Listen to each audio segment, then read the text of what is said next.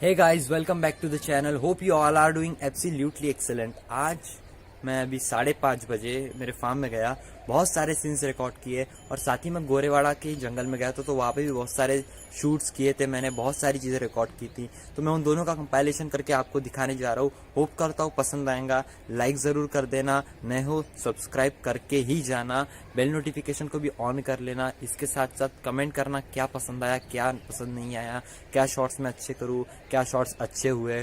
क्योंकि मैं अभी ये सब पहले क्यों बता रहा हूँ आप सोच रहे होंगे, क्योंकि ये वीडियो कंपाइलेशन के बाद मैं आपसे बात नहीं करूँगा, समझिए थोड़ा सा। Okay, so enjoy the video.